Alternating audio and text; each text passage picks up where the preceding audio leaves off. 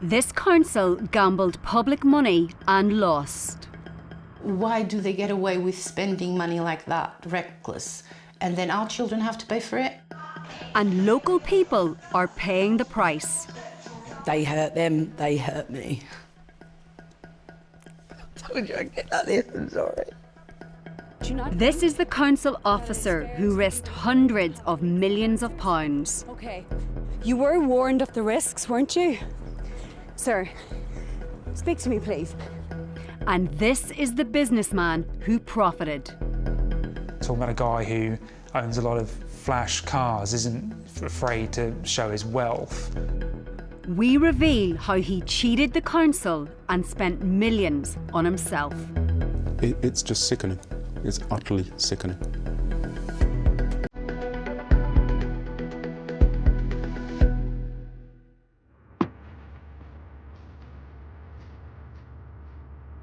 Thurrock sits on the banks of the River Thames in Essex. The council has some of the most deprived areas in the UK.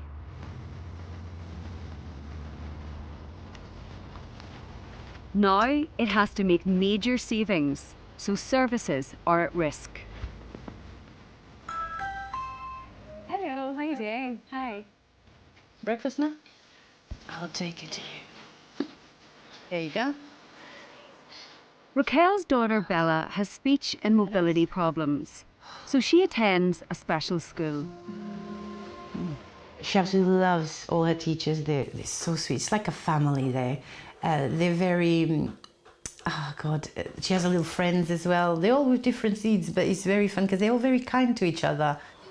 I thought you were hot.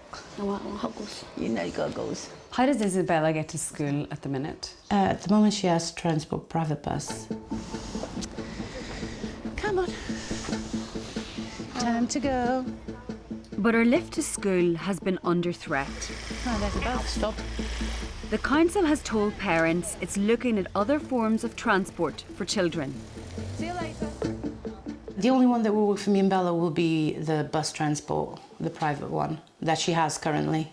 Literally, she's at school because she has transport. If not, we would have to go back to home educating. What do you think will happen if you have to tell her she can't go to school anymore? God, I don't even want to think about it because she will be devastated. It makes me feel very angry because it's our lives and it's our children's lives. It's not something to fiddle and play with. You know, for them it's just a number. But we're not just numbers or cases. You know, it's real families, real people that struggle every day. Thurrock Council now says it will continue to provide the existing school transport. But the problems here are extreme and big cuts are needed. The council borrowed money and then risked huge sums on dodgy investments. It's left Thurrock with the second biggest deficit ever recorded by a local authority, £470 million. Services across the area are being cut and council tax bills are going up 10% to try to cover the shortfall. Thurrock Council is in a very desperate financial situation. So they've got to look at this extraordinarily large debt and find a way of writing it off. Well, would you say they've been reckless with public money? Unquestionably reckless. These kind of investments are reckless and they shouldn't happen. I mean, it's not an appropriate use of public money. People here will be paying for the council's mistakes for years to come. They're not running it like it should be run. How many other councils in Britain are in debt like Thurrock Council? There's no one being held accountable for that spending apart from us, because we're the ones paying, what, 10% increase? It's disgusting. First thing we knew about it was when it was in the local paper and on the news saying that they were in these millions of pounds worth of debt and it was a bad investment that had been done. For November 2018, because the emails don't show him personally involved. We're working with the Bureau of Investigative Journalism. Gareth Davies is their reporter who broke the story. He was looking at how much councils had borrowed from other councils when he found a shocking figure. There was one council They'd borrowed £1 billion from other local authorities, which, you know, I've been a reporter in this area for a long time, but that staggered even me to see that number. Thurrock had borrowed almost twice as much as any other council. The £1 billion was 7 times its annual budget. £1 billion just sounds like a huge amount. Well, £1 billion is a huge amount, particularly for a council of this size. Anybody in Thurrock and elsewhere asking how on earth this happened are right to do so, and politicians nationally and locally should really think about how they make sure it doesn't happen in future.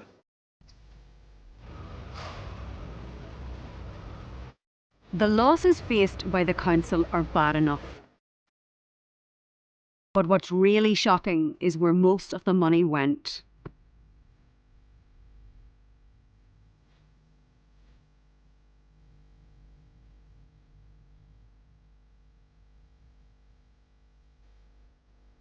Hundreds of millions were invested with a Hampshire-based businessman. Liam Kavanagh likes to flash his cash. He's bought expensive homes, fancy watches, a fleet of supercars, as well as a yacht and a private jet. Talking about a guy who owns a lot of flash cars, isn't afraid to show his wealth. It's now taxpayers in Thurrock footing that bill. Deals that they had no idea about were taking place behind closed doors, were lining the pockets of this man and enabling him to live the lifestyle they could never imagine.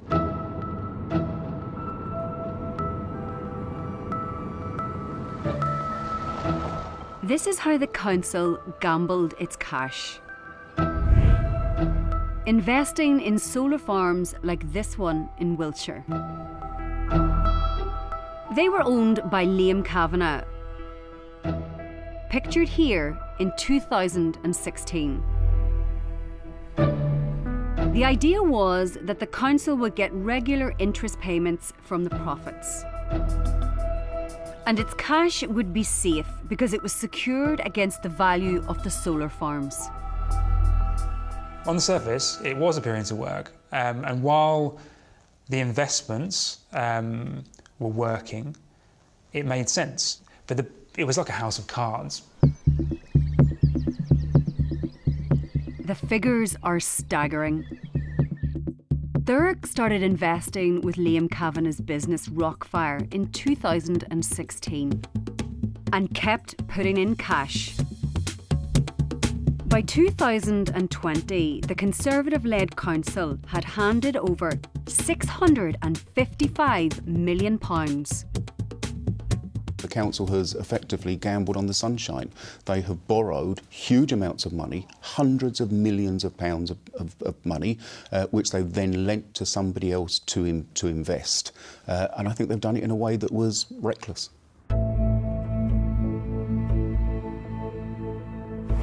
There were two sides to Liam Kavanagh's operation. Rockfire dealt with the investors like the council, and another company, Toucan Energy, ran the solar farms.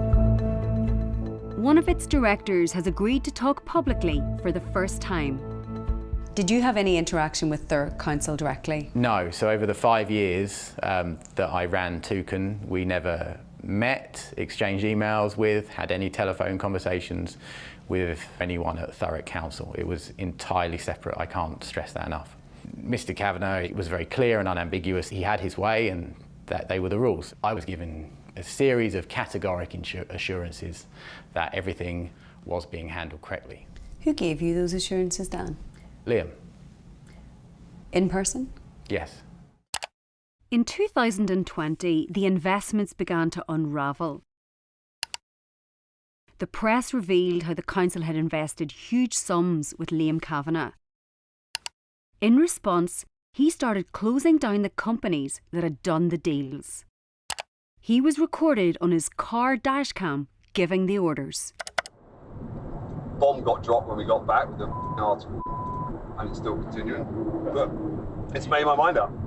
Wind up Rockfire, start selling assets. Yeah. restructure, you take your risks, you get out, and now it's dead. So they just let it die. I'm not bothered now. I'm never going to raise a pound for my local authority again.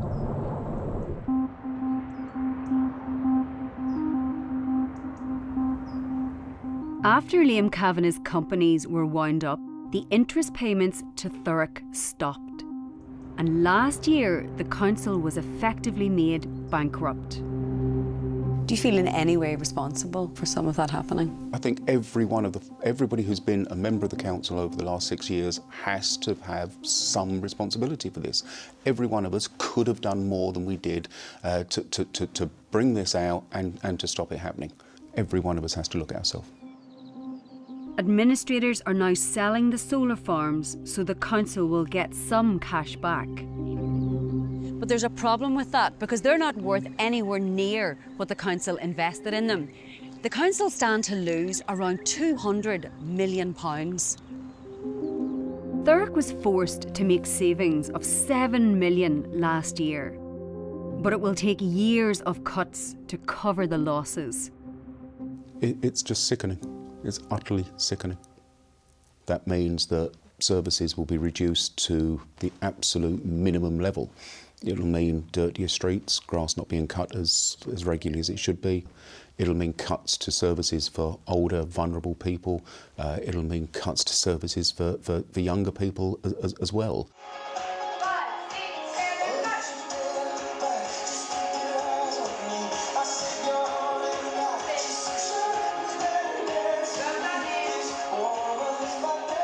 This is Funky Feet, a dance class for people with learning disabilities. It's a group that I started 14 years ago, and it's for anyone that's got vulnerabilities, disabilities or struggles with mental health. Vicky relies on council funding, and it's been stopped because of the crisis. How much money are you talking about? Just over £7,000 a year. If we haven't got any funding, then we don't know. We don't know what the future is for our group, unfortunately. I'm sure you feel very protective over everyone that comes here. Yeah, really protective. Mm-hmm. They hurt them, they hurt me. I need to stop now. I told you I'd get like this, I'm sorry. Sorry. It's just an ongoing battle. How can you just take something from people that thrive in that situation, that are safe and comfortable? How can you just do that? The council says some class members may be eligible for individual grants. So Nicholas, tell me why you love coming to this class and why it's important. Reading the content because it is the socialising here. And I'm really upset. I love my teacher. I love this group. And I love this group. I don't want to make everybody sad. Do you know what I want you to do? I want to tell me about how much fun you have here. I do have fun. You do have fun? Yeah. Yeah. What would you say to the council? Get out and go and speak to the youth, the adults, the children, the community, the vulnerable. Go and have some conversations and physically find out what actually is needed before you decide to cut.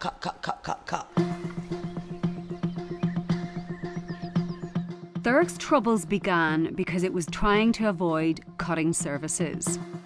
In 2011, the coalition government gave local authorities more freedom to raise funds and invest.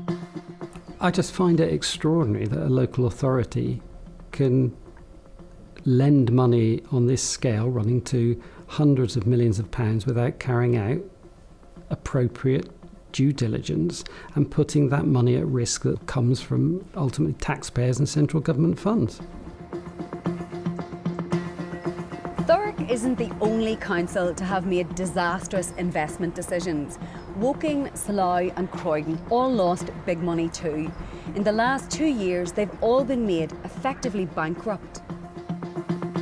There used to be a spending watchdog to stop councils taking big risks like Thurrock. But the Audit Commission was abolished in 2015. What's happened here is that the council officers and members have gone for a strategy which clearly was much way out of line with what you'd normally expect a council to do. And there was no oversight of it by any external body. The Audit Commission would have picked that up, I think. The government says it's introduced measures to detect risks and has offered Thurrock financial help. One man was in charge of the council's bad investment decisions. Its Chief Financial Officer, Sean Clark. A report by Essex County Council found his investments resulted in the loss of substantial sums of public money. And there were attempts to conceal bad news and avoid public scrutiny. The report says few people actually knew what was happening, and only one person knew everything. That person was Sean Clark. He'd been warned about the risks back in 2018. Consultants described the risk appetite as extreme and said the extent of the risk taken by Thurrock Council is unprecedented. But Clark didn't tell the council about the warning and carried on investing. This could not have happened in a properly run local authority. There were no proper checks and balances, no proper internal record keeping, minutes not being kept of meetings, too much done behind closed doors.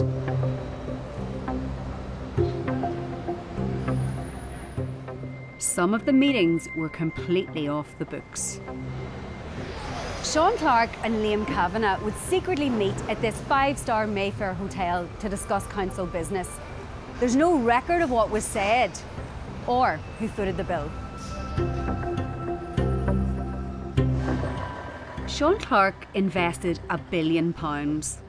Some went into other companies that went bust. But his biggest spend was the $655 million he invested with Liam Kavanagh. It's a bit of a mystery why Sean Clark was running such a risky investment strategy and giving so much money to one man. I just don't understand why he ignored the warnings and kept so much secret from the council.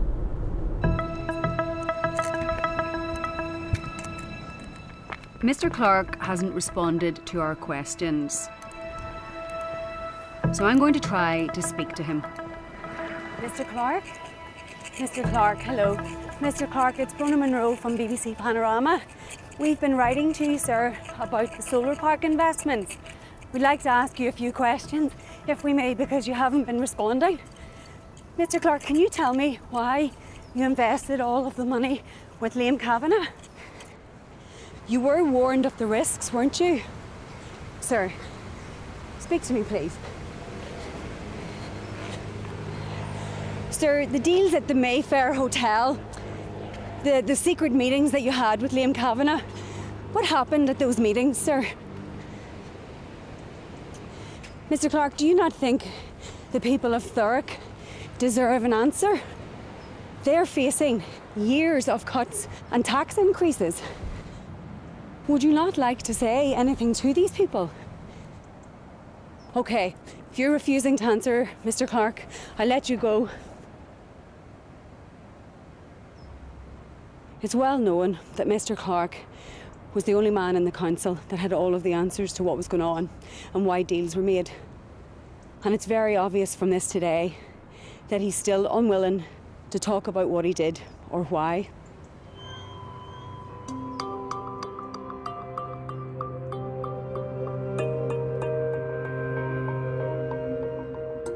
Thurrock's new council leader told us he was deeply sorry for the shocking and unacceptable failures of the past.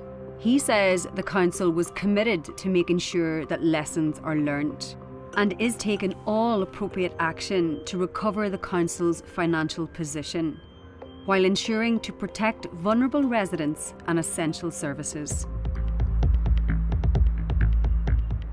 The council's investments were disastrous. But what about the man who profited?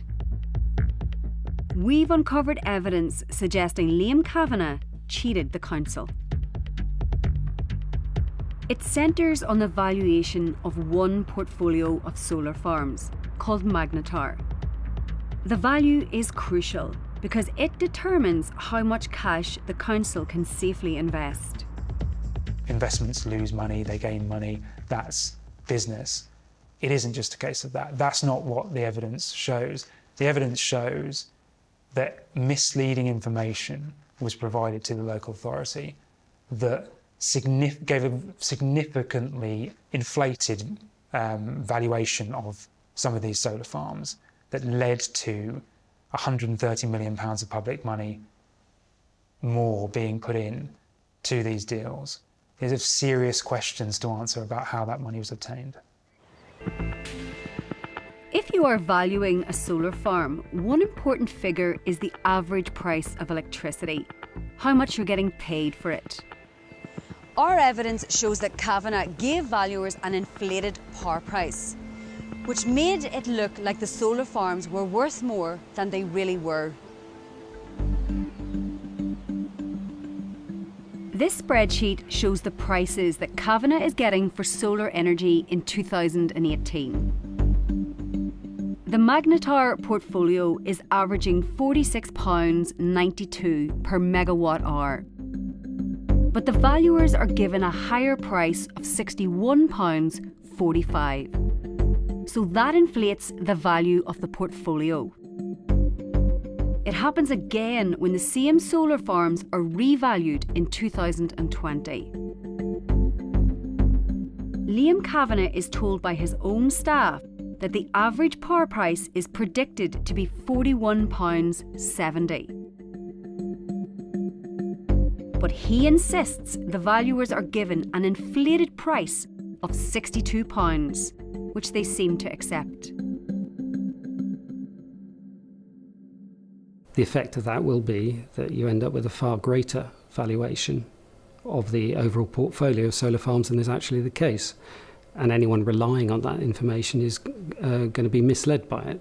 And yes, it is a misrepresentation. If he's doing it with that intent, it could potentially be fraudulent.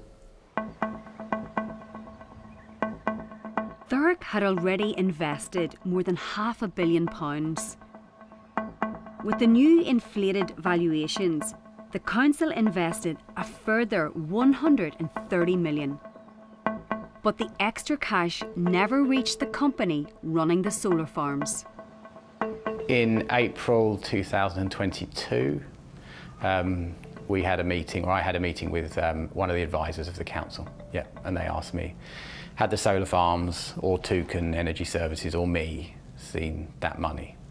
And I gave them the same answer that I gave you, which is no, we had not seen any of that money.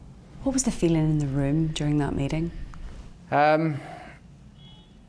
Tense, obviously being asked, have you seen £130 million when you haven't, is not an ideal question. So it's a hard meeting, but we had nothing to hide, so we just gave them the answers to the questions. We've obtained internal documents from Liam Kavanagh's business, Rockfire. They reveal what happened to the council's cash. The first 40 million disappears almost immediately into a bank account marked Other. It's 40 million. That's not small change. Go on in and click of a button. Another 12 million goes to Alpha Area, the company which buys Liam Kavanagh's plane.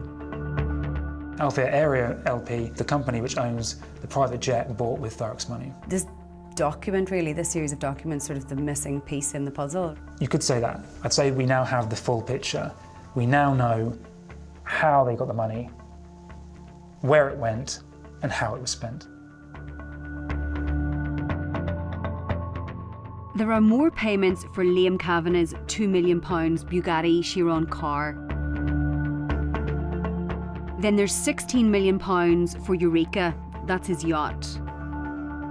And this £2 million payment went toward a mansion he bought called Ash Park. None of the council's £130 million went to the solar farms. Liam Kavanagh went on a spending spree instead. People, let's put this in perspective. We're talking to people and they're telling us that if they got 2 grand or 7 grand, they can maintain services for vulnerable people.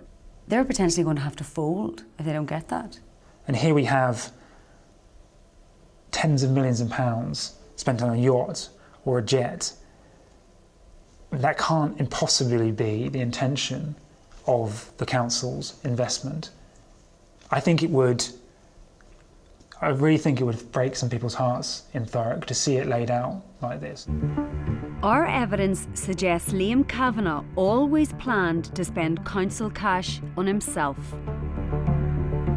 We've obtained an email he sent in 2020. It says, "These funds will be used to create a new family investment office and to create wealth for years to come. This has always been my plan." It's almost impossible to justify the application of money provided for the solar farms being used for the purchase of a private jet or a yacht. And it clearly isn't for the purpose of which it's intended.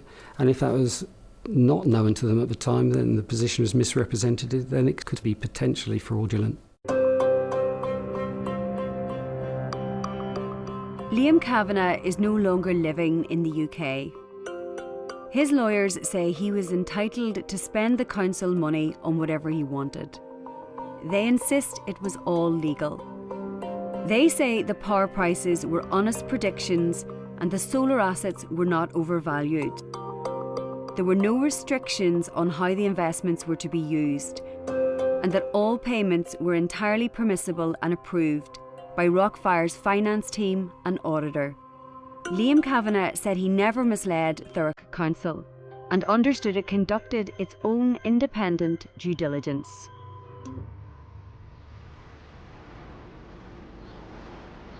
Liam Kavanagh may blame the council, but Thurrock will be paying for his dodgy solar deals for years to come. There isn't a normal human being that doesn't have great sympathy for the people that have to, working people in an area where they wouldn't have had any influence on the decisions at this level, but have to live with the consequences for decades. The people here have been let down by their council. Why do they get away with spending money like that, reckless, and then our children have to pay for it? And shortchanged by a man who pocketed their cash. I mean, it's funny, isn't it? Because the people who are actually the wrong ends are the people that tend to get away with it.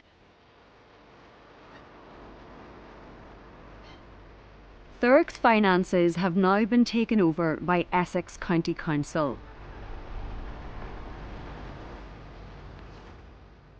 No money has been recovered from Liam Kavanagh. The millionaire who cheated the council is still enjoying its cash.